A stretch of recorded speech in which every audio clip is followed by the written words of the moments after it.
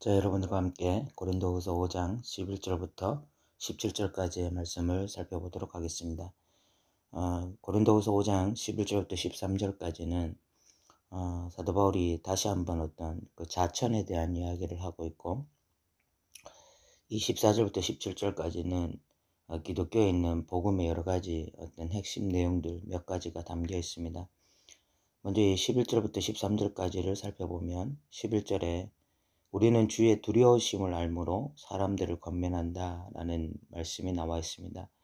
여기서 주의 두려우심을 안다라는 것은 하나님을 바라볼 때 공포심으로 두려워한다 이런 내용이 아니라 하나님을 바라볼 때에 그 하나님에 대한 근본적인 경외함을 의미하는 것입니다. 피조물이 창조주를 만나게 되었을 때 그 피조물이 그 창조주의 영광을 보게 되면 누구라도 그것을 감당할 수가 없습니다. 이사야가 성전에서 하나님을 배웠을 때 하루더 나여 망하게 되었도다 이런 탄식이 나오게 되었던 것처럼 피조물이 하나님을 온전히 깨닫고 알게 되면 경외함이라는 것이 나타나게 되었습니다. 왜냐하면 하나님의 속성 안에 사랑이라는 속성도 있지만 거룩함이라고 하는 속성도 있습니다. 그리고 하나님의 그 영광 자체가 이 피조물로 하여금 이런 두려운 마음, 경외하는 마음을 가져다 두는 것입니다. 그렇게 하나님의 존재에 대한 것을 온전히 알게 되었을 때에 우리에게 나타나는 현상이 뭔가 하면 사람들을 권면하게 되는 것입니다. 하나님이 이런 분이시다. 하나님을 믿어야 된다. 하나님을 섬겨야 된다. 그것은 하나님을 온전히 알게 된 자들의 마땅한 바입니다. 그 시편에서 시편 기자들이 상당수 시편 기자들이 뭐 열방이 주님을 찬양하기를 원한다. 열방이 뭐 주님을 섬기기를 원한다. 이런 고백을 하는 것이 결국은 그들이 하나님을 온전히 알게 되었기 때문에 그런 것입니다.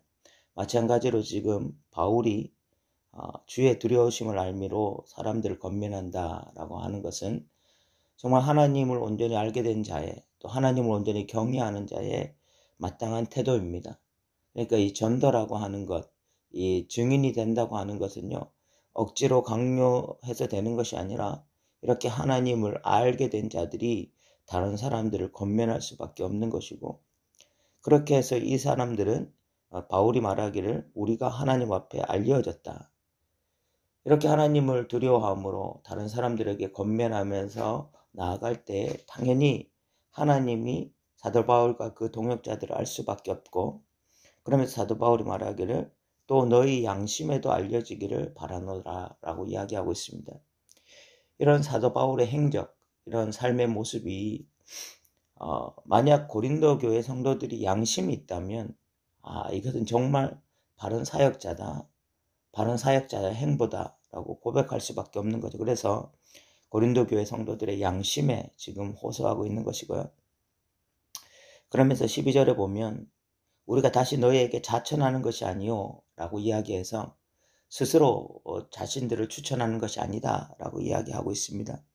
그러면서 오직 우리가 우리로 말미암아 자랑할 기회를 너희에게 주어 마음으로 하지 않고 외모로 자랑하는 자들에게 대답하게 하려 하는 것이다 라고 이야기하고 있습니다. 이 사도 바울의 이런 사역들을 봤을 때에 정말 정작 자랑해야 될 대상은 고린도 교회 성도들이라는 것입니다.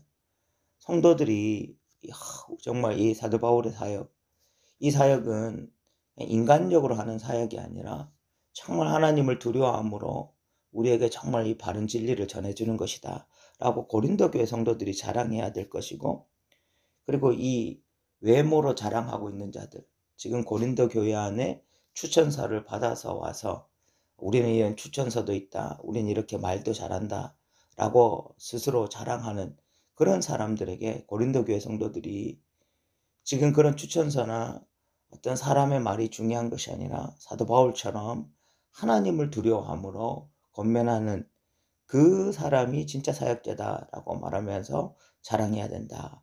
이렇게 사도 바울은 기대하는 것이죠. 그러면서 13절에 보면 우리가 만일 미쳤어도 하나님을 위한 것이요 정신이 온전하여도 너희를 위한 것이다.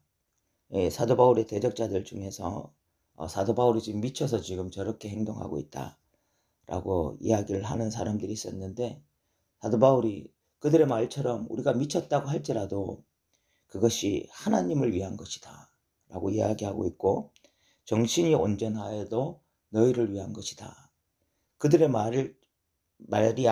말처럼 미친 것이 아니라면, 우리가 정신이 온전한 사람이라면, 그러면 정신이 온전하다 할지라도 너희를 위해서 지금 우리가 이렇게 하고 있는 것이다 라고 이야기하고 있습니다. 이 11절부터 13절까지 사도 바울이 왜 지금 이런 사역을 열심히 할 수밖에 없느냐, 우리가 지금 하나님을 너무나 두려워하고 있고 그 두려워하는 마음으로 너희들에게 최선을 다해서 섬기고 있는 우리의 이 마음, 이 중심을 너희가 바로 알기를 원한다, 이 마음으로 지금 이런 고백을 하고 있는 것이고요.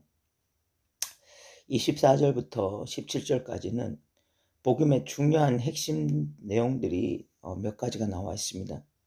14절에 보면 그리스도의 사랑이 우리를 강건하시는도다. 지금까지 자신이 이렇게 열심히 사역에 다름질을 할 수 있었던 것은 그리스도의 사역이 우리를 지금까지 이끌고 있는, 그리스도의 사랑이 우리를 이렇게 지금까지 이끌고 오시는 거다라고 이야기하면서, 우리가 생각하건대 한 사람이 모든 사람을 대신하여 죽었은즉 모든 사람이 죽은 것이다. 한 사람의 대표성, 우리가 로마서 5장에서 살펴봤지만 한 사람이 죽음으로써 모든 사람이 죽은 것이다. 그리스도의 어떤 대속적 죽음에 대해서 이야기를 하고 있습니다. 그런데 한 사람이 죽음으로써 다른 사람이 죽었다라는 것에는 반드시 전제되어야 되는 것이 있습니다. 그것이 바로 그리스도와의 연합입니다. 예수님이 십자가에 못 박혀 죽으실 때에 우리도 함께 그 십자가에 못 박혀 죽어야만 그리스도의 죽음이 다른 사람의 죽음이 될 수 있는 것입니다. 예수 그리스도의 한 사람의 죽음이 다른 사람의 죽음이 되기 위해서는 그리스도와의 연합이라는 것이 일어나야 되는 것입니다. 한국교회는 이 부분에 대해서 굉장히 많이 강조했고, 그래서 예수님이 십자가에 달려 죽으실 때에 우리도 같이 죽는다라고 하는 그런 개념에 대해서는 많은 성도들이 이해하고 있고 믿고 있습니다. 그런데 이 다음에 대한, 이 다음 과정에 대해서는 잘 믿지 못하는 자들이 많이 있어요. 우리가 예수 그리스도와 연합되어져서 죽을 뿐만이 아니라 예수 그리스도와 연합되어져서 살아난다는 것에 대해서는 잘 알지 못하는 그리스도인들이 너무 많은 것입니다. 15절에 보면 그가 모든 사람을 대신하여 죽으심은 살아있는 자들로 하여금 다시는 그들 자신을 위하여 살지 않고 오직 그들을 대신하여 죽었다가 다시 살아나신 이를 위하여 살게 하려 함이라. 우리가 예수 그리스도가 우리를 위해서 죽었을 때에 그 죽음이 그 예수 그리스도의 죽음뿐만이 아니라 우리의 죽음이 된다라고 하는 것에는 예수 그리스도와의 연합이 분명히 있는데, 그런데 그것만 연합이 일어나는 것이 아니라 이후에 또 다른 연합이 일어납니다. 그것은 예수 그리스도의 살아나심과 같이 우리도 살아나는 거예요. 이것에도 연합이 일어나는 것입니다. 그러면 우리가 죽었다가 다시 살아난 존재들이 되었는데, 그 살아난 존재들이 어떤 존재들이냐? 이제는 자기를 위하여 살지 않고 하나님을 위하여 살 수 있는 그런 존재들로 살아난 것입니다. 이것이 어떻게 가능하게 되었느냐? 예수 그리스도와의 연합을 통해서 가능하게 되었다라고 성경은 이야기하고 있습니다. 그런데 오늘날 상당수의 그리스도인들이 예수가 나를 위해서 죽었다, 그래서 나도 십자가에 같이 못 박혀 죽었다라는 것은 인정하면서도 여전히 하나님을 위해서 살 수 없다고 말을 합니다. 하나님을 위하여 살 수 없는 이유는 우리가 연약하기 때문에, 부족하기 때문에, 죄인이기 때문에 하나님을 위하여 살 수 있는 능력이 없다는 것입니다. 그래서 여전히 육신을 쫓아서 살아갈 수밖에 없다. 육신의 욕구를 쫓아서 살아갈 수밖에 없다. 우리는 연약하고 부족해서 그렇게 죄된 삶을 살 수밖에 없다라고 이야기하는데, 이것은 복음에 대한 이해가 너무나 부족한 것이고 성경을 반쪽밖에 알지 못하기 때문에 그런 것입니다. 15절에 보니까 그가 모든 사람을 대신하여 죽으심은 살아있는 자들로 하여금 다시는 그들 자신을 위하여 살지 않고 오직 그들을 대신하여 죽었다가 다시 살아나신 이를 위하여 살게 하려 함이라 라고 분명히 선언하고 있잖아요.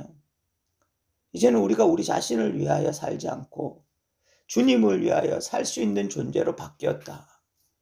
예수가 죽을 때 내가 죽은 것처럼 예수가 다시 살아날 때 우리도 다시 영적으로 살아났다. 그래서 하나님을 위해서 살 수 있다라고 성경이 분명히 선언하고 있는데 왜 많은 그리스도인들은 우리가 연약해서 그리스도를 위해서 살 수 없다라고 말을 하는지, 그들이 가지고 있는 그 신학이 어디로부터 온 것인지 우리가 한번 우리 자신을 돌아보면서, 성경은 분명히 이제는 우리가 우리 자신을 위해서 살지 않고 하나님을 위해서 살 수 있다라고 선언하고 있다는 것에 대해서 우리가 좀 주목하고 깨달았으면 좋겠고, 16절에 보면 우리가 이제 보는 것이 완전히 달라진다. 우리의 가치관이 완전히 달라진다는 것입니다. 그러므로 우리가 이제부터는 어떤 사람도 육신을 따라 알지 않으나라. 비록 우리가 그리스도 육신을 따라 알았으나 이제부터는 그같이 알지 않는다라고 선언하고 있습니다. 과거 우리는 육신을 따라서 모든 것을 판단했습니다. 보이는 것을 따라서 판단했어요. 사람을 볼 때도 그 사람이 학벌이나 그 사람이 어떤 경험이나 그 사람의 어떤 지식이나 이런 것들을 바라보면서 사람을 평가했습니다. 그것이 과거에 우리가 가지고 있던 그런 어떤 눈이었습니다. 그리고 우리가 세상을 바라볼 때도 그냥 그 보이는 것을 따라서 판단하고 그 보이는 것을 따라서 선택했습니다. 그것이 우리의 옛 생활이었습니다. 그러나 이제부터는 어떤 사람도 육신을 따라 알지 않는다. 우리의 보는 눈이 달라졌습니다. 우리가 바라보는 세계가 달라졌습니다. 우리는 이제 예수 그리스도를 통해서 죽고 예수 그리스도를 통해서 다시 살아남을 통해서 예수 그리스도를 통해 이 연합을 통해서 우리에게 새로운 눈이 생기게 된 것입니다. 새로운 안목이 생기게 된 것입니다. 이것이 바로 또한 예수를 믿게 된 자들, 이 복음 안에 있게 된 자들의 놀라운 특권입니다. 그 전에 보지 못하던 것들이 보이게 된 것입니다. 그래서 사람을 그냥 단순히 외모로 판단하지 않고 이 세상을 바라볼 때도 단지 그냥 이 물질적인 것만을 보지 않을 수 있는 그런 영적 안목들이 우리에게 생기게 된 것이죠. 그러면서 17절에 보면 그런즉 누구든지 그리스도 안에 있으면 새로운 피조물이라. 이전 것은 지나갔으니 보라 새 것이 되었도다. 여기에 대한 많은 해석들이 있지만, 그러나 고린도후서 어떻게 읽을 것인가 라는 책을 쓴 이 정성국 교수라는 분은 이 부분에 대해서 이렇게 해석을 했습니다. 이제는 그리스도 안에 누구든지 그리스도 안에 있으면 새로운 피조물이다 라고 해석하지 않고, 이제 그리스도 안에서 새로운 시대가 시작되었다, 새 창조가 시작되었다 라고 선언을 했습니다. 이 새로운 피조물이다 라는 것은 그냥 한 사람에 국한된 이야기, 예수 믿고 한 사람이 이제 새롭게 변화된 이야기에 불과하다면, 이제 그리스도 안에서 새로운 시대가 도래했다, 새 시대가 도래했다라고 하는 것은 한 사람에 국한된 이야기가 아니라 전혀 새로운 시대를 의미하는 것입니다. 그것이 무엇입니까? 하나님 나라를 의미하는 것입니다. 이제 하나님 나라가 다시 이 땅에 도래했다는 것입니다. 예수 그리스도의 복음을 통해서 다시 예수 그리스도 그 하나님이 우리의 왕 되시는 그런 새로운 시대가 도래했다는 것입니다. 바로 그 새 시대가 도래했으니 이 새 시대에 하나님의 백성들이 반응하라는 것입니다. 예수를 믿게 된 사람들, 하나님의 백성들은 단순히 그냥 예수 믿고 구원받고 이런 개념이 아니라 이제 예수 그리스도를 통해서 새 시대에 동참하는 자들입니다. 새 시대가 어떤 시대냐? 하나님 나라가 도래한 시대입니다. 하나님 나라라는 것이 무엇입니까? 하나님이 다시 우리의 왕이 되시는 것입니다. 하나님이 에덴 동산을 만드시고 그 에덴 동산의 진정한 왕이 하나님이셨던 것처럼 다시 그 구약의 율법을 두시고 이스라엘 백성들을 불러내셨던 이유는 그 이스라엘의 왕이 되심으로써 다시 온 인류의 왕이 되시고자 율법을 주셨던 것처럼 다시 신약 시대의 예수 그리스도를 통해서 하나님이 이 땅에 새 시대를 창조하신 거예요. 그 새 시대라는 것은 다시 하나님이 왕이 되시는 그 하나님 나라를 의미하는 것입니다. 하나님의 백성들은 이 새 시대 안에서 이제 더 이상 사탄을 왕으로 섬기지 아니하고 하나님을 왕으로 섬기는 그 새 시대가 도래한 것입니다. 사랑하는 성도 여러분, 24절부터 17절까지 정말 중요한 개념이 그리스도와의 연합입니다. 예수 안에서 이제 예수와 하나 되어졌습니다. 예수와 하나 되어졌을 때 우리는 이제 다시 하나님을 왕으로 섬기면서 내 육신을 정욕을 쫓지 아니하고 사탄이 요구하는 삶을 살아가지 아니하고 하나님이 기뻐하시는 삶을 살아갈 수가 있습니다. 이것이 이제 우리의 믿는 자들의 실존입니다. 우리 사랑하는 더 누린 교회 성도 여러분, 이 복음, 이 온전한 복음이 다시 우리를 사로잡기를 원합니다. 과거 잘못된 복음이 여전히 한국교회를 너무 지배하고 있어서 너무나 많은 한국교회 그리스도인들이 자신들의 능력이 무엇인지, 자신들이 이 땅에서 어떻게 살아갈 수 있는지를 깨닫지 못하고 있습니다. 그 사람들은 자신들은 예수 믿어서 구원받을 것에 대해서는 확신이 있지만 그리스도인답게 사는 것에 대해서는 확신이 없습니다. 그렇게 살지 않아도 되는 것처럼 생각하고 있지만 성경은 전혀 그렇게 말하지 않고 있습니다. 성경은 우리가 구원받은 백성답게 이 땅에서 살아갈 수 있다고 말을 하고 있습니다. 새 시대가 도래했고 그래서 하나님을 왕으로서 섬기며 살아갈 수 있다라고 선언하고 있습니다. 우리가 이 땅에서 정말 그리스도인답게 살아가기를 소망하며 우리의 연약한 지체가 새 시대에 예수 그리스도와의 연합을 통해서 온전히 하나님의 백성답게 살아갈 수 있는 위대한 일들이 우리에게 열려질 수 있습니다. 우리는 그것을 감당할 수가 있습니다. 우리 성도들이 이 복음에 온전히 반응하여 그렇게 믿음으로 살아가는 저와 여러분 되셨으면 좋겠습니다. 오늘 또 들어주셔서 감사합니다.